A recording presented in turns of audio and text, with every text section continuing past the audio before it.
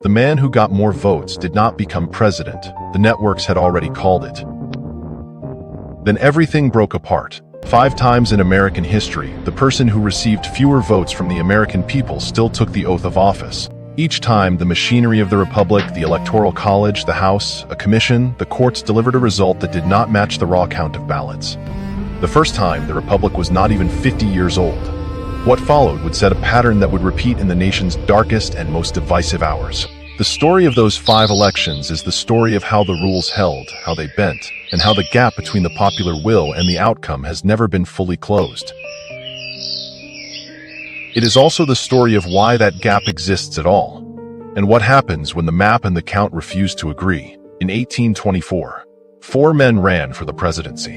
Andrew Jackson won the most popular support where it was recorded, and the most electoral votes, 99 to Adams's 84. But he did not have the majority the Constitution required. The document sent the decision to the House of Representatives. They could choose only from the top 3. Henry Clay had come in 4th. He was out. But he was also Speaker of the House. What he did next would stain the election forever in the minds of Jackson's supporters. Clay threw his weight behind John Quincy Adams, the man who had finished 2nd. The House voted. On the first ballot, Adams received the support of 13 state delegations, Jackson 7, Crawford 4. Adams became president. Weeks later, Adams named Henry Clay his Secretary of State. Jackson's camp called it a corrupt bargain. Historians still debate whether it was a deal or a coincidence. No evidence of an explicit quid pro quo has ever been proven. What is certain is that the man who had led in both the popular vote and the electoral vote left the Capitol without the presidency. The system had worked as written. For millions of Americans, it had not worked as they believed it should. Jackson would run again and win, but the bitterness from 1824 would linger in American politics for years.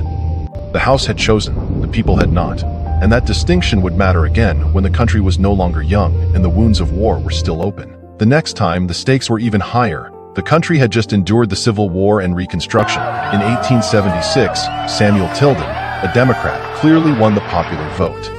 He was 1 electoral vote away from the presidency when the returns from 3 southern states and 1 western state were challenged. Both parties sent different sets of electors to Congress. Nobody knew who would be sworn in. Inauguration Day was months away, and the country had no clear president-elect.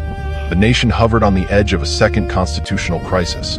The Civil War had ended barely a decade before. The possibility of violence or secession was still in the air. Congress created a commission of 15 men to break the deadlock. 5 senators, 5 representatives, 5 Supreme Court justices. The plan was to include an odd number of members so that one side would have a majority. When the independent justice chosen for the panel withdrew, he was replaced by a justice who was seen as favoring the Republicans. The balance tipped. Every disputed vote would now be decided by a single margin. The commission voted 8-7 along party lines to award every disputed electoral vote to the Republican, Rutherford B. Hayes. Tilden's supporters were furious. Some threatened to block the count in Congress. Filibusters and delay seemed possible. Behind closed doors, a deal took shape. Democrats would accept Hayes, Republicans would give something in return. In exchange for Democrats accepting Hayes, Republicans agreed to end federal military presence in the South. Reconstruction collapsed. Hayes became president. Tilden, who had won the popular vote by a wide margin, never did. The consequences of that trade would shape American life for generations. The question of who had really won would never get a clean answer. In South Carolina, Florida, and Louisiana, Republican-controlled boards had thrown out enough Democratic votes to hand those states to Hayes. In Oregon, the dispute turned on a single elector. The commission gave every contested vote to the same man. Tilden never set foot in the White House. Hayes served 1 term and did not run again. The Republic had not broken, but something in it had shifted. If you're finding this dive into how American presidents have won without the popular vote useful, like this video and subscribe for more history breakdowns every week. 1888 was different. There was no commission, no House vote, no disputed returns. Incumbent Grover Cleveland won more votes nationwide than his Republican rival, Benjamin Harrison. Tariffs had dominated the campaign. Cleveland wanted to cut them. Harrison defended them. Cleveland also faced backlash from veterans over pensions and from farmers over currency. A letter from the British ambassador, mistakenly endorsing Cleveland, stirred anti-British feeling and hurt the Democrats. The result turned on a handful of states. Harrison won the Electoral College by carrying New York and Indiana by narrow margins. In New York, Cleveland's enemies inside the Tammany Hall machine were blamed for undercutting him. Harrison took the White House with 233 electoral votes to Cleveland's 168.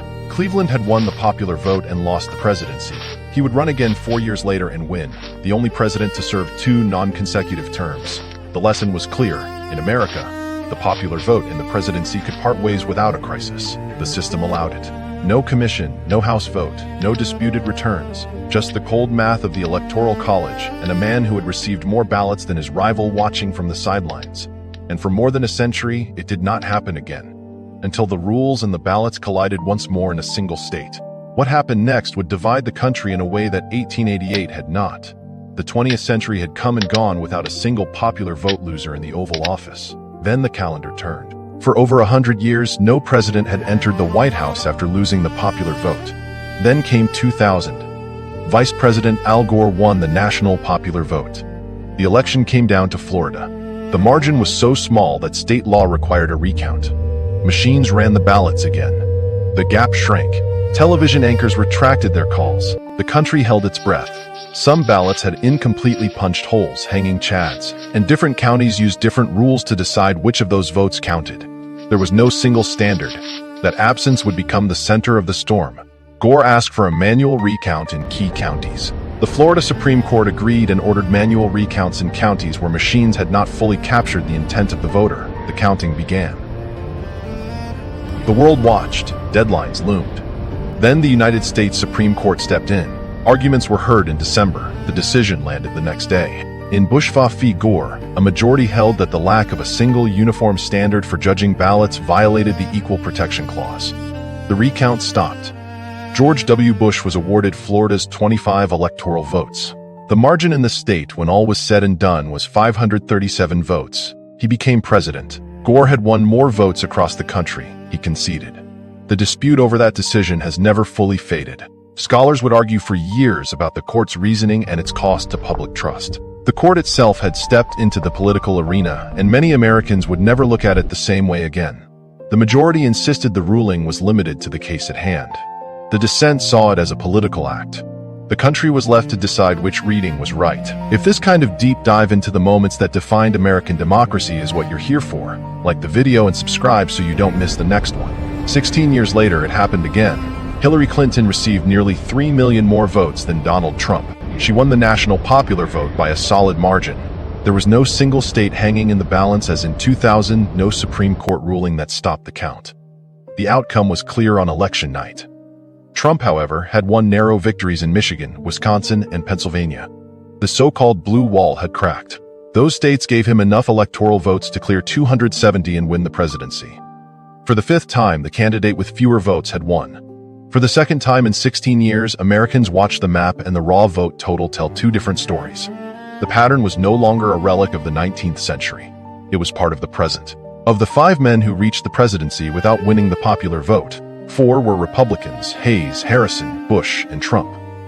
Only John Quincy Adams was not. The asymmetry would fuel decades of debate over whether the system was fair or simply fixed in favor of certain maps and certain years. The framers had built the Electoral College to balance the influence of large and small states and to insert a layer between the people and the choice of president. They did not design it to guarantee that the winner of the popular vote would take office. It was a compromise born in a hot Philadelphia summer, and it was never meant to mirror a simple national tally. 5 presidents have taken the oath after losing that vote. 1 was chosen by the House, 1 by a commission and a political deal, 1 by the arithmetic of the Electoral College in a clean contest, 2 in the modern era, in elections that remain intensely debated. Each time, the system functioned as the law provided. Each time, a majority of voters had chosen someone else. The republic did not collapse. The transfers of power were peaceful, but the legitimacy of the outcome was questioned every time. That tension between the will of the majority and the rules of the system is not a bug. It is written into the structure of American presidential elections, and it is a tension that has never really gone away. 5 presidents, 5 moments when the map and the count told different stories. The first decided in the House, the second in a commission and a backroom deal. The third in a straight electoral win. The fourth in a courtroom. The 5th in the same system, under the same rules, with the same outcome. The debate remains, should the system change, or is it working exactly as intended?